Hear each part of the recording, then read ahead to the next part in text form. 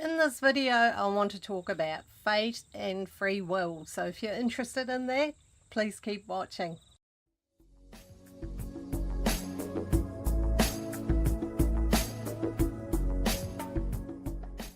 Hi and welcome back. I'm in the mood for making videos today. So yeah, I'm going to sit here and do that. But I want to talk about fate and free will because it's something I notice when I'm talking with people. They kind of, if they think if they're spiritual and believe in a guided path, they don't have choice anymore. And that's actually really incorrect.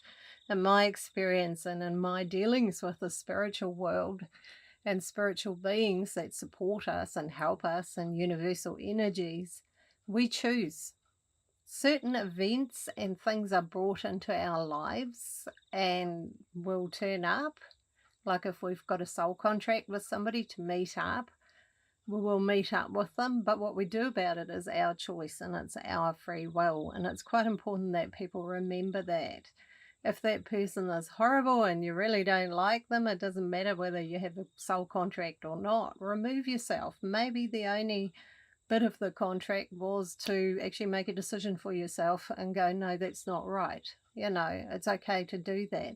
So the universe really generally says yes. So whatever your thoughts or what you put out there is, the universe is going to say yes. So if we're stuck in very negative thinking, like I don't deserve love, the universe goes, yep, you're right, you don't deserve love.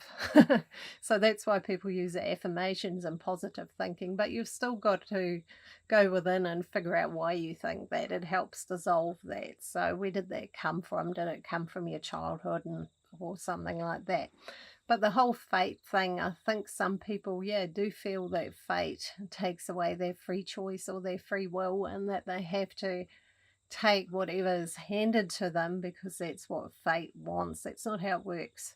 Your guides aren't here to control your life, make your decisions, or do anything like that. They're here to help you live your life. You are here to co-create with the divine, with the universe, and to work together with it. And as we evolve and our energy comes higher, our guides will actually, and spiritual helpers will step back more. They won't do as much because it's like we're learning beings, and they're going, hang on, no, you need to do that for yourself now.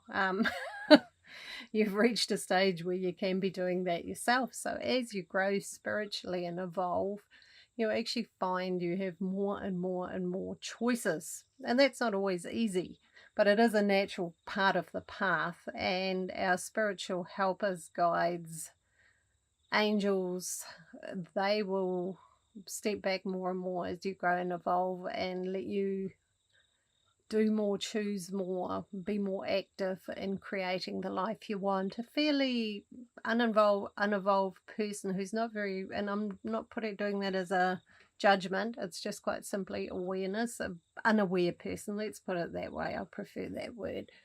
They won't feel like they have so many choices because they haven't got the awareness to be aware of them. It's, yeah, as simple as that. So they will see things in front of them and just go with it. Like if a fairly unaware person has been brought up in a family where everybody got married at age 21 and had children and was a good wife and did what the husband said, then they will kind of just go along with that. But as they grow in awareness, they may go, hang on a minute, what am I doing here? I'm not happy here. I want to change this. And that's how awareness grows. It's through knowing yourself, learning about yourself, and choosing. Free will is our divine right. We have the divine right to choose what we do with each situation. If the universe brings you a potential partner, you get to choose. You don't have to go with that person. Just because the universe has put them in front of you, you get to go, yes, no, let's see where it goes, but you don't have to do that. If the universe puts you in a situation where you can learn something new, like work-wise, career-wise, or with your own skill base, the universe will and your guides will bring you opportunities and go, here, look at this, look what's there in front of you. You could do this. You might be scared, but you could do this. And that's when we go yes or no. We always have the choice. We can walk away from those opportunities if we want to, and they probably will come up again when we're ready. Maybe we're just not ready at that time. But I do want people to know that it's really important to me. I find, yeah, some of the spiritual community, they kind of feel that they have to do things. Like I get people turn up and come and see me, and they've been to see somebody for a reading who said to them, you should and you have to be a healer. You have to do this. And it's like, hang on a minute. No, you don't. If you feel like you want to do this and it feels good to you and natural to you, then do it. But if you feel really not right about it at this point in your life, you don't have to do that. So anybody who tells you what you should or have to do in the spiritual community, as far as teachers, readers, healers go, please take that with a grain of salt, because there is no should. There's only I choose, okay? And I want that to be really, really clear. I've had people who, have been in a bad place in life, and they seem to think that they have to stay there because the universe gave them that situation. That's a bit of the old thinking of you made your bed, so now lie in it. That's not true. We're here to change, to evolve, to grow, to play, to create, to make a mess, and to create again. That's how we learn. And it's okay to make a mess, to make a mistake, to do something where we thought it was right and it's not right, and to choose something else. I really, really wanted to talk about this because there is a lot of confusion around that for a lot of people who are getting involved in the whole spiritual growth area. And there's a lot of this, kind of quite opinionated, should kind of situation. No, you get to choose every time. It is up to you. There's certain things we don't consciously choose, like somebody who has a really bad mishap, or has an accident and maybe ends up disabled or hurt or can't live as they did before. Okay, that's a tough one. That was chosen at a much higher level, and you can't unchoose that because it's happened.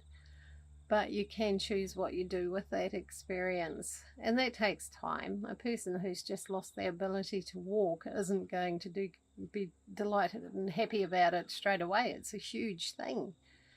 But with time, I've met some amazing people who've been through experiences like that, and they've used those experiences for really good reasons and purposes. They've talked to people in schools, they've shared information, they've shared their journey, they've inspired people, they've done amazing things.